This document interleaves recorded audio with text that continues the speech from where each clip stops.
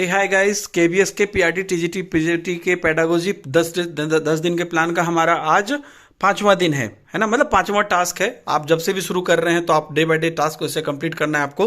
तो D1 मतलब D1 D2 E2 C1 ये एब्रिविएशन हमारे किताब का है। जैसे ABCD 5 सेक्शन है ना, तो ये हमारे किताब का है। जो हमारे किताब से पढ़ रहे हैं वो समझ रहे होंगे। तो D4 तक हमने कर लिया है। लास्ट में हमने मेंटल हेल्थ किया था। आज जो है हमारा डे 5 है, 5वां दिन है। तो हमारा है B5 आज हमको पढ़ना है। और जो इंस्ट्रक्शन प्लान आईसीटी वाला पोर्शन है ये आपको कवर करना है। तो चलिए फटाफट हम लोग बुक पे जाते हैं और देखते हैं थोड़ा डिटेल में कि इसमें है क्या बेसिकली। ठीक है, तो B5 राइट। हाँ हाँ, B5 है। ये देख लीजिए B5 में यही instruction plan ICT and enhancement. ये जो B सेक्शन था उसका सबसे लास्ट वाला पोर्शन है जो मैंने आज के टास्क में आपको दिया है। Instructional plan, year plan, unit plan, lesson plan, instruction material, ICT for teaching learning, assessment of learning, for learning, as learning, meaning purpose, ये सब जो है। Enhancement, enhancing teaching learning process, classroom observation, feedback, ये सब है। Hindi medium में भी देख लीजिए बच्चों।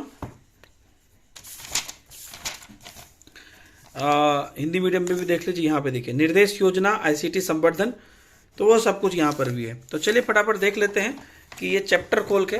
तो इंग्लिश वाले बच्चों के लिए ये है आपका, ये पूरा सिलेबस का ही एग्जैक्ट लाइन है जो आपको एक एक करके बताया गया है। तो और हिंदी मीडियम में भी है। तो मैं for an example Hindi medium में बता देता हूँ ताकि सब लोग समझ जाइएगा।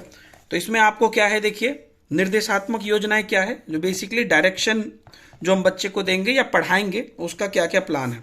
तो उसके अंतर्गत आपका एनुअल प्लान है, यूनिट प्लान है और लेसन प्लान है। तो आपको क्लियरली यहाँ पर समझाया गया है। पहले बेसिक आपको बताया गया है, फिर उसके बाद जो वार्षिक योजना है वो है, फिर उसके बाद इकाई योजना है, यूनिट प्लान कैसा बनाएंगे, फिर पाठ योजना है। क्योंकि पाठ योजना सबसे ज़्यादा इंपॉर्टेंट है तो उसके थोड़ा सा चरण भी आपको पढ़ना है। तो पाठ योजना के सोपान भी आपको बताए हुए हैं, पूरा स्टेप्स आपको क्लियर किए हुए हैं। उत्तम पाठ योजना क्या हो सकता है उस पर आपको एक इम्पोर्टेंट यहाँ पर पूरी डिटेल दी हुई है और उसको आपको देखना है क्या क्या है। इसी के अंदर से आपको क्वेश्चन आएगा। उसके साथ हमारे इसमें है, फिर देखिए इंस्ट्रक्शनल मटेरियल एंड रिसोर्सेज। जो हमारे अनअकैडमी प्लस के बच्चे हैं ये सब चीज़ अभी हमारा चल रहा है टॉपिक। तो वही शिक्षण सामग्री और संसाधन, तो आपको याद होगा ये सब हमने पढ़ाया है। Teaching learning aids, teaching material क्या क्या हो सकते हैं। देखिए दृश्य सामग्री, श्रव्य सामग्री, दृश्य श्रव्य सामग्री। अब यही मेन है, दृश्य के अंतर्गत क्या क्या चीज़ आएगा। जहाँ पे इंपॉर्टेंट है इंग्लिश में भी लिख दिया गया है ताकि आपको समझ में आ जाए क्या क्या दृश्य सामग्री है, उसके अंदर क्या स्पेसिफिकेशन है, कहाँ पे क्या होना चाहिए। सो सब आपको यहाँ पर एक एक करके इसको पढ़ लेना है। मैं एक आपको राउंड फिगर टास्क दे दे रहा हूँ और पूरा देख लीजिए। एक एक करके सब कुछ है यहाँ पर। आपको जितनी भी चीज़ें हो सकती है ये सब दृश्य सामग्री सबसे ज़्यादा होती है। फिर उसके बाद आपका श्रव्य सामग्री आ जाता है, उसको डिफाइन करके उसमें क्या क्या चीज़ है वो सब पूरा डिटेल में है, आप एक बार देख लीजिए। फिर आ जाता है हमारा दृश्य श्रव्य सामग्री। तो ये इसमें क्या क्या चीज़ है, उसका क्या इंपॉर्टेंस है। सबसे लेटेस्ट आपका ये कंप्यूटर है जिस पर आपका अगला चैप्टर होगा आईसीटी वाला। तो कंप्यूटर और मोबाइल इससे जुड़ा हुआ शिक्षण संसाधन।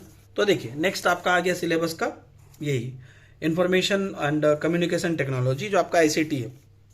अब इसको आपको मैं गारंटी दे सकता हूं कि इतना ब्यूटी से जितना बात आपको इसमें लिखा गया है इसमें से ही आपको क्वेश्चन आएगा। जो भी मैंने यहाँ पे बताया आईसीटी के संबंध में, तो जितना आपके सिलेबस में है बस उतना आपको पढ़ना है। तो इसमें पूरा डिटेल है कि क्या क्या इसकी नेचर हो सकती है, इसके बेसिक क्या हो सकती है, उसका फिर लास्ट में उद्देश्य क्या हो सकता है। ये सबसे ज़्यादा इंपॉर्टेंट है जिसमें आपको क्वेश्चन आएगा।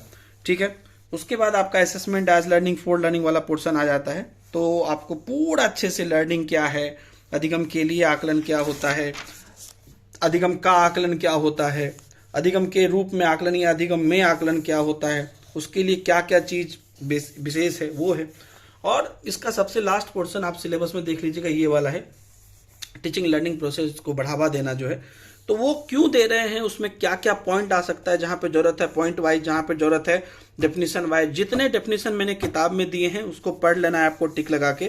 क्लासरूम ऑब्जर्वेशन जो है वो भी बहुत इंपॉर्टेंट है जो आपका यहाँ पर है, तो वो भी आपको अच्छे से बताया गया है। साथ ही साथ आपको लास्ट में कंस्ट्रक्टिव टीचिंग के बारे में है सबसे लास्ट पॉइंट।